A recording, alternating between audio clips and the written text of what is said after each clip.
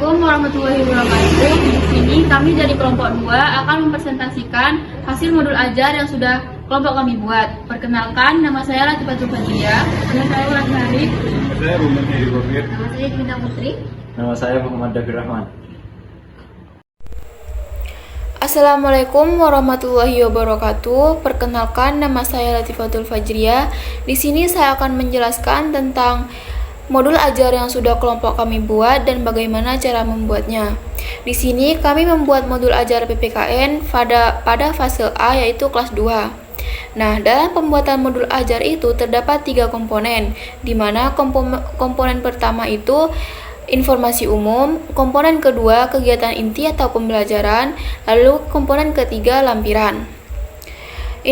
Informasi umum berisi tentang identitas modul seperti nama penyusun, institusi, elemen, fase atau kelas, mata pelajaran, materi pokok, dan alokasi waktu. Nah, dalam kegiatan inti atau pembelajaran itu terdapat langkah-langkah pembelajaran, di mana langkah-langkah pembelajaran itu merupakan proses serangkaian kegiatan guru dengan siswa. Kegiatan pembelajaran dibuat agar dapat mempermudah proses kegiatan pembelajaran dari awal hingga akhir pembelajaran. Nah, langkah-langkah pembelajaran itu terdiri dari 3 kegiatan. Yang pertama, kegiatan awal, yang kedua, kegiatan inti, dan yang ketiga, kegiatan penutup. Lalu, pada komponen ketiga itu ada lampiran. Lalu selanjutnya, saya akan menjelaskan lebih rinci lagi 3 komponen tersebut dalam modul ajar yang sudah kami buat. Di sini saya akan menjelaskan komponen yang pertama, yaitu di informasi umum. Informasi umum terdiri dari identitas modul seperti nama penyusun, institusi, elemen, fase atau kelas, mata pelajaran, materi pokok, dan alokasi waktu. Nama penyusun itu terdiri dari anggota kelompok kami, dan di institusi itu kami memilih SDN Pengarangan 3. Lalu pada elemen, kami memilih elemen Pancasila pada fase A kelas 2. Nah, untuk menentukan materi pokok itu harus disesuaikan dengan yang ada pada capaian pembelajaran. Di sini, materi pokok yang kami pilih itu penerapan nilai Pancasila di lingkungan sekolah dan di lingkungan rumah. Lalu, pada alokasi waktu, untuk menentukan alokasi waktu, guru harus mengetahui alokasi waktu yang sudah ditentukan oleh pemerintah. Nah, untuk mengetahui alokasi waktu dapat dilihat di Kemendikbudristek nomor 262 tahun 2022 tentang pedoman penerapan kurikulum. Di sana terdapat alokasi waktu pada mata pelajaran di setiap fase atau kelas. Pada mata pelajaran pendidikan Pancasila, alokasi intrakurikuler per tahunnya itu ada 144 dan per minggunya itu ada 4 minggu. Sedangkan alokasi proyek penguatan profil pelajar Pancasila per tahunnya itu ada 36 minggu. Lalu total jam pelajaran per tahunnya itu ada 180. Di sini guru bebas menentukan alokasi waktu saat melakukan proses pembelajaran asalkan sesuai dengan ketentuan yang sudah ditentukan oleh pemerintah. Dalam menentukan alokasi waktu, guru dapat menyesuaikan dengan tingkat kesulitan materi yang akan diajarkan kepada peserta didiknya. Lalu selanjutnya, saya akan menjelaskan tentang komponen yang kedua, yaitu pada kegiatan inti. Nah, dalam kegiatan inti itu terdiri dari profil pelajar Pancasila, capaian pembelajaran, tujuan pembelajaran, dan alur tujuan pembelajaran. Profil pelajar Pancasila merupakan apa yang ingin dikembangkan oleh guru dalam materi ajar yang akan diajarkan kepada peserta didiknya. Jadi, dalam profil pelajar Pancasila itu, guru memiliki target dalam proses pembelajaran yang sesuai dengan materi ajar. Misal, pada materi penerapan nilai Pancasila di lingkungan sekolah dan di lingkungan rumah. Nah, dalam materi ini, guru harus menentukan karakter apa yang harus dituju oleh siswa. Misal, mandiri, berpikir kritis, kreatif, dan lain sebagainya. Nah, pada modul ajar yang sudah kami buat ini, kami menentukan profil pelajar Pancasila yang pertama itu mandiri, di mana peserta didik memiliki rasa tanggung jawab terhadap aktivitas belajar dan hasil belajar yang akan dicapai. Dan profil pelajar Pancasila yang kedua yaitu berpikir kritis, di mana peserta didik mampu secara objektif memproses informasi baik kualitatif maupun kuantitatif, serta menganalisis informasi dan mengevaluasi serta menyimpulkan. Lalu profil pelajar Pancasila yang ketiga yaitu ada kreatif, di mana peserta didik mampu menghasilkan sesuatu yang orisinil, bermakna, bermanfaat, dan berdampak bagi dirinya dan lingkungan sekitar. Nah, untuk menyusun kegiatan inti, guru juga harus mengetahui capaian pembelajaran. Nah, untuk mengetahui capaian pembelajaran dapat dilihat pada Kemendikbudristek nomor 33 tahun 2022 dan disesuaikan dengan mata pelajaran yang diampu. Misal, pada mata pelajaran PPKN, jadi guru harus mengetahui terlebih dahulu CP umum dan CP elemen pada mata pelajaran PPKN di setiap fase. Setelah mengetahui capaian pembelajaran, maka guru harus mengetahui konten atau topik dan kompetensi yang ada pada CP per elemen.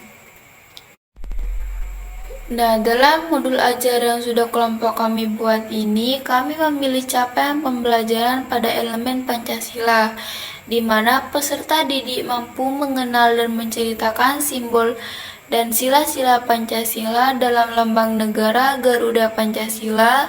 Peserta didik mampu mengidentifikasi dan menjelaskan hubungan antara simbol dan sila dalam lambang negara Garuda Pancasila, dan peserta didik mampu menerapkan nilai-nilai Pancasila di lingkungan keluarga dan sekolah. Lalu setelah mengetahui konten dan kompetensinya, di breakdown menjadi tujuan pembelajaran. Pada modul ajar ini kami memilih konten atau kompetensinya itu peserta didik mampu menerapkan nilai-nilai Pancasila di lingkungan keluarga dan sekolah. Lalu pada tujuan pembelajaran merupakan deskripsi pencapaian dan dari 3 aspek kompetensi dari pengetahuan, keterampilan, dan sikap murid yang perlu dibangun melalui satu atau lebih kegiatan pembelajaran. Nah, tujuan pembelajaran pada modul ajar kami ini yaitu peserta didik mampu mengimplementasikan nilai Pancasila di lingkungan keluarga dan sekolah yang ada pada sila 1 sampai 5. Setelah membuat tujuan pembelajaran, lanjut di breakdown menjadi alur tujuan pembelajaran. Alur tujuan pembelajaran menjadi panduan guru dan murid untuk mencapai capaian pembelajaran di akhir suatu fase. Setiap poin dalam alur tujuan pembelajaran disusun secara linier dan kronologis berdasarkan urutan pembelajaran dari waktu ke waktu yang akan dicapai oleh peserta didik dan disusun oleh guru. Untuk menyusun alur tujuan pembelajaran dapat menggunakan KKO atau kata kerja operasional. Nah, dalam modul ajar yang sudah kelompok kami buat ini, alur tujuan pembelajaran yang pertama yaitu melalui penjelasan guru tentang implementasi nilai Pancasila di lingkungan keluarga pada sila 1 sampai 5. Peserta didik dapat menyebutkan contoh atau memberikan contoh penerapan sila ke-1 sampai 5 dalam lingkungan keluarga dengan benar. Dan alur tujuan pembelajaran yang kedua yaitu melalui penjelasan guru tentang implementasi nilai Pancasila di lingkungan sekolah pada sila 1 sampai 5, peserta didik dapat menyebutkan atau memberikan contoh penerapan sila ke-1 sampai 5 dalam lingkungan sekolah dengan benar. Lalu alur tujuan pembelajaran yang ketiga, melalui pemberian contoh, peserta didik dapat menceritakan tentang penerapan nilai Pancasila di lingkungan sekolah dan di lingkungan rumah pada sila ke-1 sampai 5. Jadi, sebelum peserta didik mampu mengimplementasikannya, peserta didik harus mampu memberikan contoh terlebih dahulu penerapan Pancasila, sila 1-5 di lingkungan keluarga dan di lingkungan rumah. Jadi, dalam modul ajar ini kami menyusun alur tujuan pembelajaran disesuaikan dengan kata kerja operasional edisi revisi teori Bloom dalam ranah kognitif. Nah, dalam ranah kognitif itu terdiri dari C1 sampai C6, di mana C1 itu mengingat, C2 memahami, C3 menerapkan, C4 menganalisis, C5 mengevaluasi, dan C6 menciptakan. Nah, dalam menyusun alur tujuan pembelajaran, kami memilih ranah kognitif C2, yaitu pada memberikan contoh. Mungkin itu saja yang dapat saya sampaikan, dan penjelasan selanjutnya akan dijelaskan oleh pemateri selanjutnya. Assalamualaikum warahmatullahi wabarakatuh. Perkenalkan, nama saya Ulansari. Di sini saya akan melanjutkan penjelasan di komponen inti pada kegiatan pembelajaran. Pada kegiatan pembelajaran terdapat materi ajar. Guru mengetahui terlebih dahulu materi yang akan diajarkan.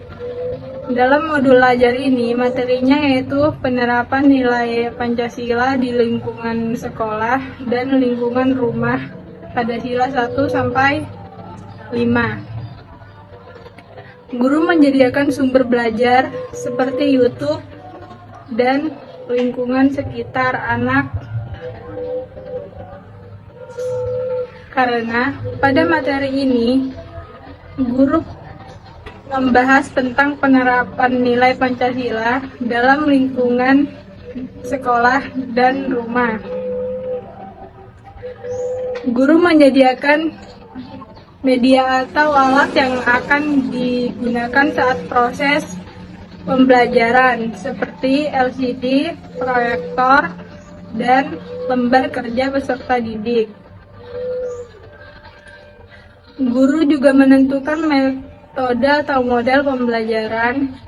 Metode atau model pembelajaran merupakan cara yang digunakan untuk mengimplementasikan rencana yang sudah disusun dalam bentuk kegiatan nyata dan praktis untuk mencapai tujuan pembelajaran.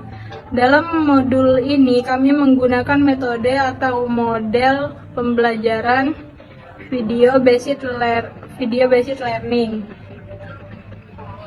di mana dalam model pembelajaran ini penyampaian pengetahuan atau keterampilan dilakukan dengan menggunakan video melalui proyektor yang sudah disediakan oleh guru.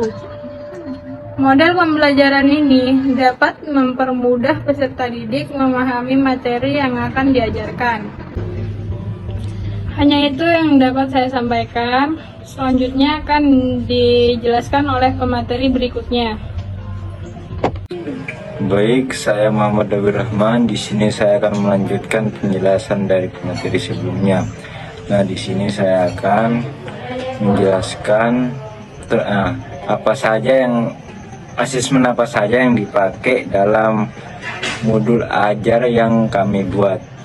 Di sini kalau kami membuat modul ajar menggunakan asesmen diagnostik, asesmen formatif. Nah, untuk asesmen diagnostik yaitu merupakan asesmen yang dilakukan untuk mendiagnosis karakter peserta didik saat proses pembelajaran.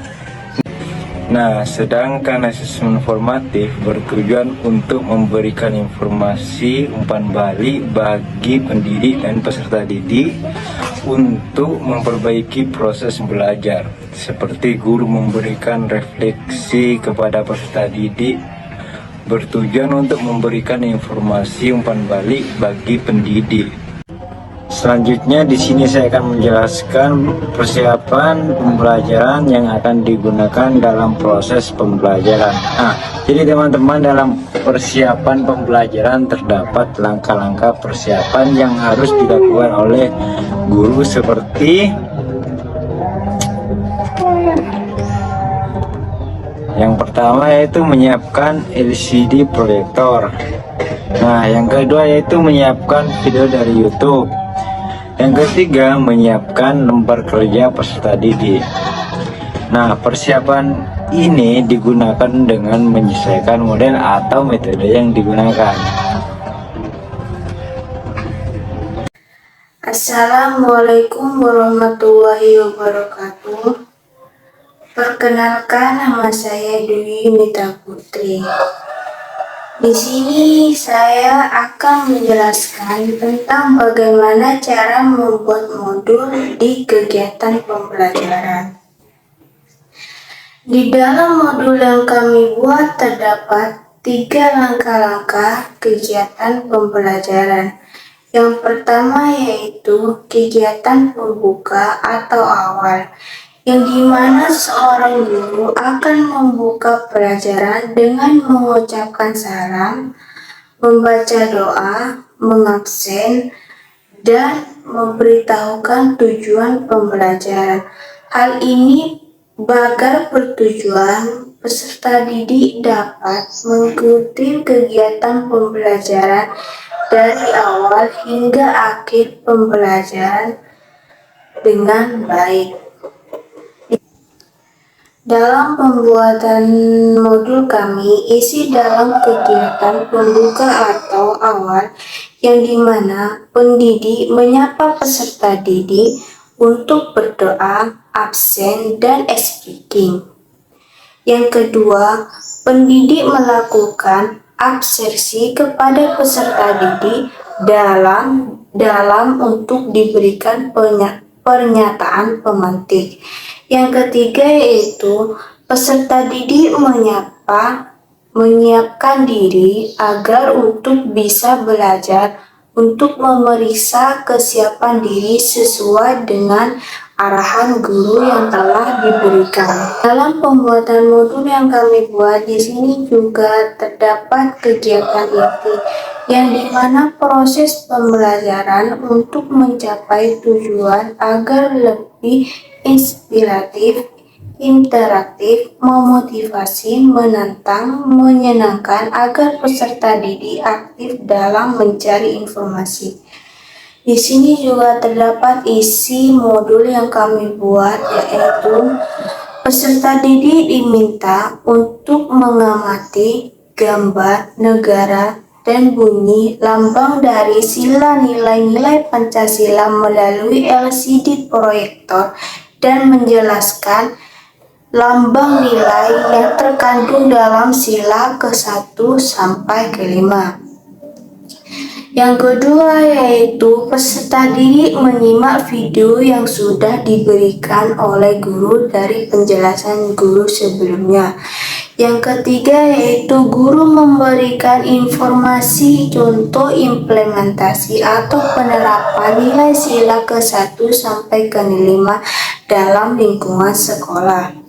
Yang keempat yaitu peserta didik dapat menyebutkan contoh lain dari penerapan dari nilai Pancasila dari 1 sampai ke-5 di lingkungan sekolah. Guru memberikan contoh implementasi atau penerapan dari nilai sila Pancasila dari 1 hingga ke-5 di lingkungan rumah. Peserta didik menyebutkan contoh lain dari penerapan nilai sila Pancasila 1 hingga ke-5 di lingkungan rumah.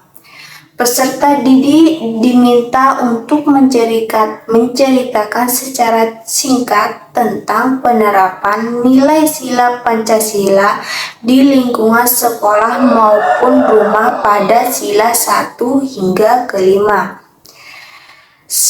Peserta didik dibagi menjadi kelompok 5 kelompok, dari kelompok 1 sampai 3 ada 7 anggota. Sedangkan dari kelompok 4 sampai 5 ada 6 kelompok, dan ada 6 anggota.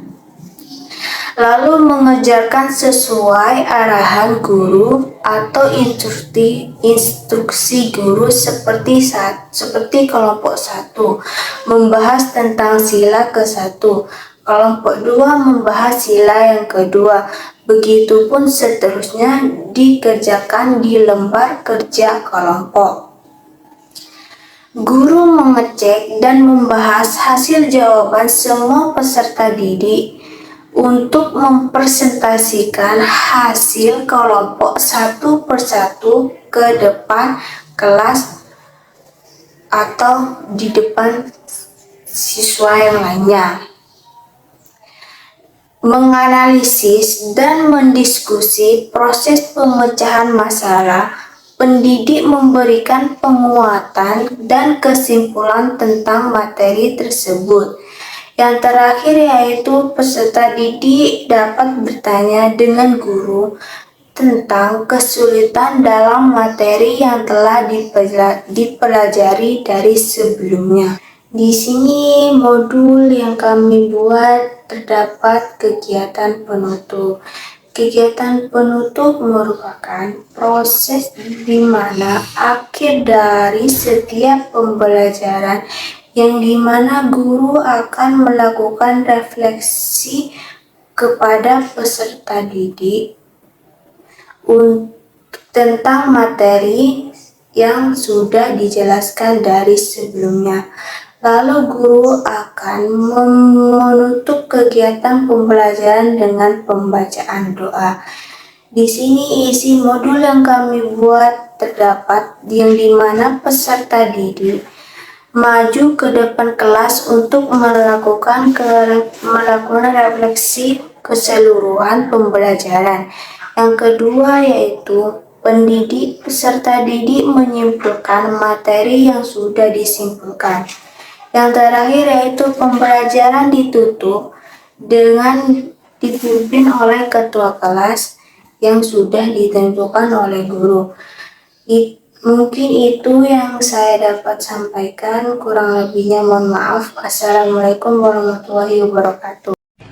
Perkenalkan, nama saya Rumen Hairi Gofir. Di sini saya akan menjelaskan tentang refleksi. Refleksi merupakan kegiatan yang dapat dilakukan untuk meningkatkan kegiatan evaluasi yang berlanjut dan berjenjang. Dalam modul ajar, kami terdapat dua refleksi, yaitu refleksi dari guru dan refleksi peserta didik. Di mana refleksi dari guru yaitu apa yang sudah berhasil, apa yang belum berhasil, dan yang terakhir saran untuk perbaikan selanjutnya. Dan yang kedua yaitu refleksi peserta didik. Yang pertama, apakah kalian sudah mengetahui makna yang ada di dalam simbol sila-sila Pancasila dari sila ke-1 sampai ke-5? Kedua, apakah kalian sudah mengetahui cara mengimplementasikan nilai Pancasila di lingkungan sekolah dan di rumah? Yang terakhir, apakah kamu menyukai kegiatan pembelajaran ini? Selanjutnya, penilaian pencapaian tujuan pembelajaran dilakukan oleh guru untuk melihat apakah proses pembelajaran yang dilakukan sudah mencapai dan sesuai dengan tujuan pembelajaran, seperti penilaian pengetahuan, seperti teks tertulis, penilaian sikap, seperti pengamatan yang dilakukan saat proses pembelajaran, dan penilaian keterampilan yang dilakukan dari presentasi hasil dari kerja kelompok. Dan yang terakhir yaitu lampiran. Lampiran berisi tentang materi pembelajaran, lembar kerja peserta didik, dan rubrik penilaian yang dibuat oleh guru. Berikut merupakan materi pembelajaran yang digunakan dalam materi ini.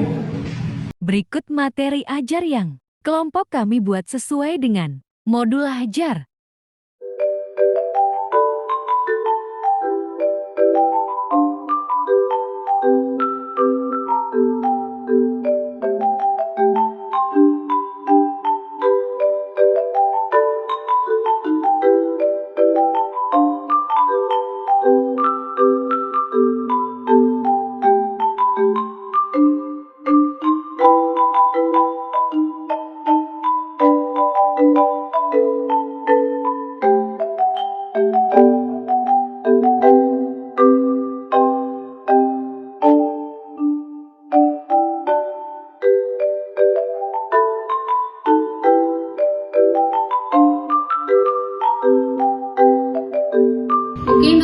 yang dapat kami sampaikan. Sekian, terima kasih.